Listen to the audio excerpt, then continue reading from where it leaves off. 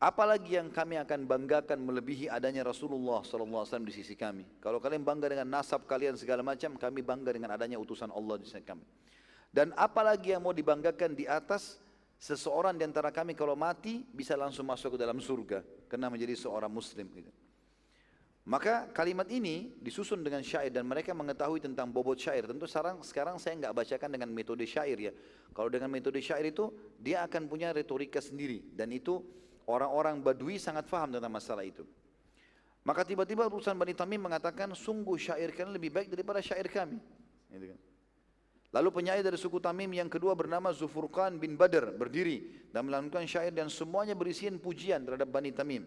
Nabi SAW menyuruh Hasan bin Thabit radhiyallahu anhu untuk membalas. Hasan bin Thabit mengucapkan syair-syair yang mengikuti metode Zufurqan. Zufurqan pakai diakhiri dengan nun, lalu Hasan juga mengikuti akhir dengan nun. Tapi semua pujiannya adalah memuji kepada Rasulullah SAW, Islam dan juga surga. Maka akhirnya para utusan Bani Tamim setelah mendengarkan syair-syair semuanya, mereka mengatakan sungguh syair kalian jauh lebih baik daripada syair kami. Akhirnya mereka masuk Islam gara-gara itu. Ya. Jadi subhanallah ada orang begitu, retorika-retorika digunakan selama bukan pelanggaran agama, maka tentu saja ya dijawab. Kalau masih ingat dulu kasusnya juga ada yang menantang Nabi SAW bergulat di Mekah dengan syarat kalau Nabi menang maka dia masuk Islam. Nabi SAW terima tantangannya, bukan pelanggaran agama, gitu kan.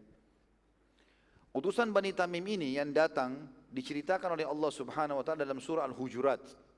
Surah nomor 49, 5 ayat pertama, ayat 1 sampai ayat 5. A'udzu billahi minasyaitonir rajim. Ya ayyuhalladzina amanu la tuqaddimu baina yaday Allahi wa rasulih wattaqullaha innallaha samii'un 'alim. Hai orang-orang beriman, ya. Di sini Allah Subhanahu wa taala sudah memanggil mereka beriman karena setelah mereka kalah syair mereka masuk Islam. Janganlah kamu mendahului Allah dan Rasulnya. Dan bertakwalah kepada Allah, sungguhnya Allah mendengar lagi maha mengetahui. Artinya dalam masalah hukum, dalam masalah apapun memang Allah dan Rasulnya didahulukan. Ayat 2-nya, ya ayyuhalladzina amanu la tarfa'u aswatakum fawqa sawtin nabiy wa la tajharu lahu bil qaul wa la tajharu lahu bil qauli ka jahri ba'dikum li ba'din an tahbata a'malukum wa antum la tash'urun. Hai orang-orang beriman, janganlah kamu meninggikan suaramu melebihi suara Nabi. Tadi mereka teriak-teriak, hai Muhammad keluarlah, teriak-teriak. Dan jangan kamu berkata kepadanya dengan suara yang keras, sebagaimana kerasnya suara sebagian kalian terhadap sebagian yang lain. Tapi itu tujuannya agar jangan pahala kalian terhapus tanpa kalian sadari. Dan ini kata ulama, ayat ini masih berlaku, ya. Walaupun turun kepada utusan Bani Tamim tadi, tapi ini berlaku siapapun yang masuk ke masjid Nabi SAW di zaman sekarang nggak boleh teriak-teriak. Kamu boleh ribut, menghormati Nabi SAW walaupun beliau sudah meninggal. Ini juga sebagian ulama mengatakan masuk dalamnya adalah kalau penyampaian hadis Nabi SAW sedang disampaikan tidak boleh diputus. Ya. Itu penyampainya. Imam Malik rahimahullah kalau menyampaikan hadis Nabi SAW beliau mandi, beliau pakai baju bersih. Ya, waktu ditanya kenapa, dia mengatakan saya akan menyampaikan penyampaian Nabi SAW. Mengangkat suara aja nggak boleh, apalagi yang lainnya. Ayat 3-nya. Innal ladzina yaghudduna aswatahum 'inda Rasulillahi ulaika alladzina imtahanallahu qulubahum littaqwa lahum maghfiratun wa ajrun 'azim. Sesungguhnya orang-orang yang merendahkan suaranya di sisi Rasulullah SAW, mereka itulah orang-orang yang telah diuji hati mereka oleh Allah dengan ketakwaan. Maksudnya Allah SWT akan masukkan iman dan ketakwaan dalam hatinya. Bagi mereka ampunan dan pahala yang besar. Ayat 4-nya, innal ladzina yunadunaka min wara'il hujurati aktsaruhum la yaqilun. Sesungguhnya orang-orang yang memanggil-manggilmu dari luar kamarmu, luar rumahmu, kebanyakan mereka orang yang tidak mengerti. Ayat 5-nya, walau annahum sabaru hatta takhruja ilaihim lakana khairan lahum wallahu ghafurur rahim. Andai saja mereka bersabar sampai kau keluar, panggil sekali saja, Rasulullah sudah dengar sallallahu alaihi wasallam. Andai saja mereka sabar sampai kau keluar menemui mereka, sungguhnya itu lebih baik bagi mereka dan Allah Maha Pengampun lagi Maha Penyayang. Itu utusan yang pertama, suku Tamim. Yang kedua, suku Hanifah. Suku Hanifah adalah suku yang besar dan memiliki anggota sekitar 100.000 orang. Mereka semua siap masuk Islam. Satu suku semua siap masuk Islam. Dan mereka mengutus para pemuka mereka untuk masuk Islam terlebih dahulu di Madinah. Nanti pulang baru mereka ikuti masuk Islam pimpinan mereka. Di antara utusan mereka, pimpinan mereka adalah seseorang yang bernama Musailamah Al-Kadzab. Musailamah. Nanti dapat julukan Al-Kadzab ini. Di awalnya dia datang ke Madinah, utusan kaumnya untuk syahadat. Itu. Yang nanti Nabi SAW berikan julukan Al-Kadzab karena dia mengaku sebagai Nabi palsu. Dia dari suku Hanifah. Semua utusan suku Hanifah mengikrarkan syahadat kecuali Musailamah. Jadi semua utusan-utusan pimpinan syahadat semua kecuali dia. Dia nggak mau syahadat. Salah seorang dari mereka berkata, wahai utusan Allah, sungguh kami semua sudah masuk Islam, kecuali satu orang pemuka kami yang bernama Musailamah, yang sedang menjaga barang-barang kami di luar tembok Madinah ini. Dia tidak mau masuk, tidak mau ikut syahadat. Nabi SAW berkata, selama ia mau menjaga barang-barang kalian, berarti dia bukan orang buruk. Sebagian suku Hanifah menemui Musailamah dan menyampaikan pernyataan Nabi SAW. Musailamah lalu menunggangi statement itu. Memang dia tadi ini jadi orang buruk nanti. Ya, dia akan menjadi pemberontak, artinya dia akan menjadi orang yang mengaku sebagai nabi palsu. Lalu dia mengatakan pada kaumnya, lihat Muhammad aja memujiku. Ya, padahal Nabi SAW maksudnya mau menarik dia supaya masuk ke Madinah untuk syahadat. Seluruh utusan suku Hanifah lalu bergabung di masjid termasuk Musailamah. Akhirnya dia masuk ke Madinah, masuk ke dalam masjid. Yang saat itu Musailamah sedang sandar di tembok masjid. Tepatnya belakang tembok itu rumah Nabi SAW. Dan Nabi dengar apa yang dibicarakan di masjid. Lalu kemudian ya, anggota sukunya bertanya kepada Musailamah, kenapa engkau tidak ingin masuk Islam? Kenapa engkau belum mau masuk Islam? Gitu. Kenapa engkau tidak mau masuk Islam? Maka ia menjawab dengan jawaban yang aneh. Dia bilang, bila Muhammad akan menjadikanku sebagai penggantinya saat ia meninggal, maka aku akan masuk Islam. Jadi kalau ada jaminan, kalau dia mati duluan, Nabi Muhammad mati dengan tidak sopan mengatakan Muhammad SAW. Dia mengatakan, kalau Muhammad mati duluan dan dia tunjuk aku sebagai pemimpin, aku akan masuk Islam. Nabi SAW waktu itu dengar dari belakang tembok dinding rumah beliau, langsung memasuki masjid.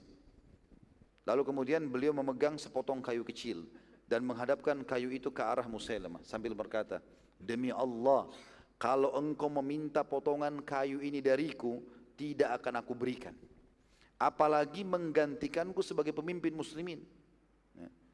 Bila engkau tetap memaksakan kemauanmu, keinginanmu, maka pasti Allah akan membinasakanmu. Demi Allah, aku yakin, aku sangat yakin, kata Nabi SAW, engkau pendusta yang telah Allah perlihatkan kepadaku dalam mimpiku.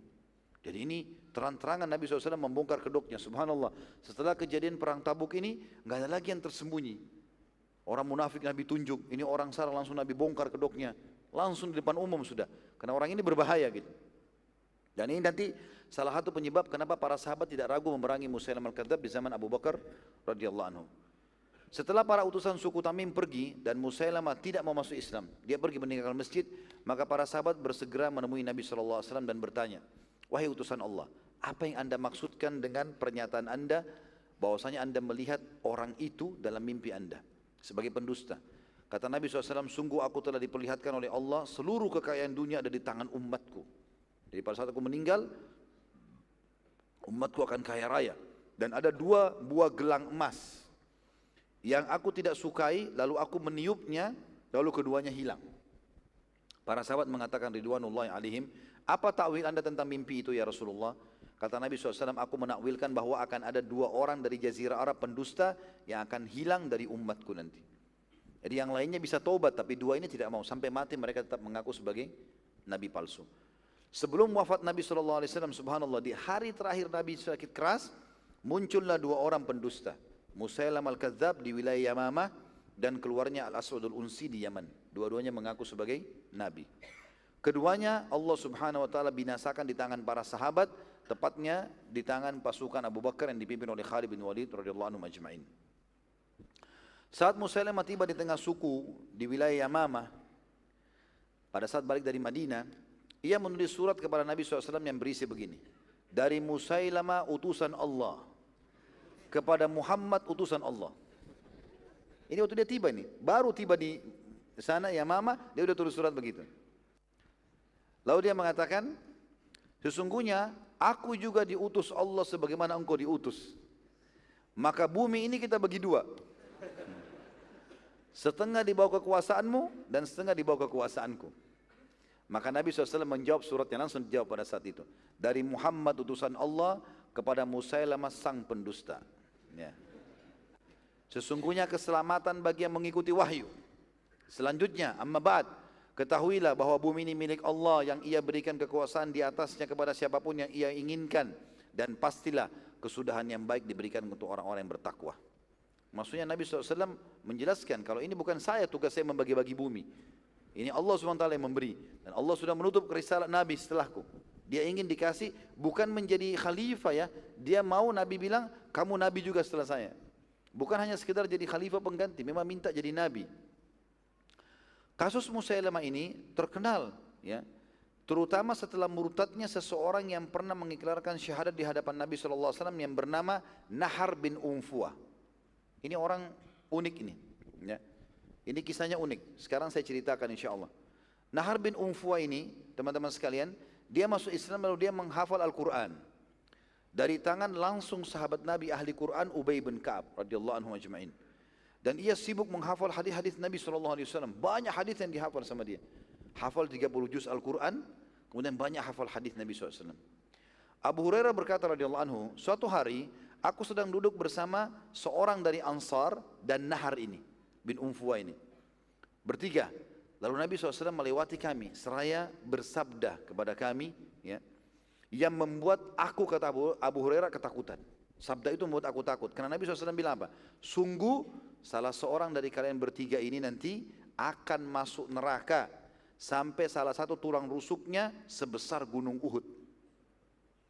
Abu Hurairah berkata, aku sangat ketakutan semenjak dengar hadis itu. Dan Nabi sampaikan lalu Nabi pergi. Nabi enggak tunjuk siapa di antara tiga orang ini. Berjalan beberapa waktu, kata Abu Hurairah, si Ansar ini wafat dalam keadaan Islam. Kami kan bertiga ini. Sekarang tinggal si Anhar ini sama Abu Hurairah nih. Ya, tinggal mereka berdua. Si Nahar ya. Maka Abu Hurairah berkata, aku bertambah takut karena yang tersisa aku sama Nahar saja. Sementara Nahar ini terus belajar Al-Quran, terus hafal hadis-hadis Nabi dan terkenal ahli ibadah. Di saat pertama sholat, selalu ibadah, luar biasa gitu ibadahnya. Maka Nahar setelah memiliki ilmu yang cukup diutus oleh Nabi SAW untuk mendakwai suku Hanifah. Dia jadi da'inya Nabi nih, Nahar ini. Pergilah ke sana. Saat tiba di suku Hanifah, sebelum ia berdakwah, Musailamah Al-Kadzab ini memanggil dia. Belum dia berdakwah dipanggil. Di hari pertama, begitu tiba disambut langsung, dibawa ke rumahnya. Lalu berkata, wahai Nahar, bila engkau mengiklankan kepada manusia bahwa aku juga Nabi, seperti Muhammad Nabi, aku akan jadikan kau sebagai wakilku. Jadi pasti, aku Nabi berarti kau wakil Nabi. Dan ini istilah baru ini. Nahar yang dalam keadaan miskin, tanpa berpikir panjang lagi, langsung berkata, diterima. Padahal Nahar ini hafal 30 juz Al-Quran, hafal banyak hadis, gitu kan. Dan ini hidup bersama Nabi SAW dan ini da'inya Nabi. Itu luar biasa. Ya.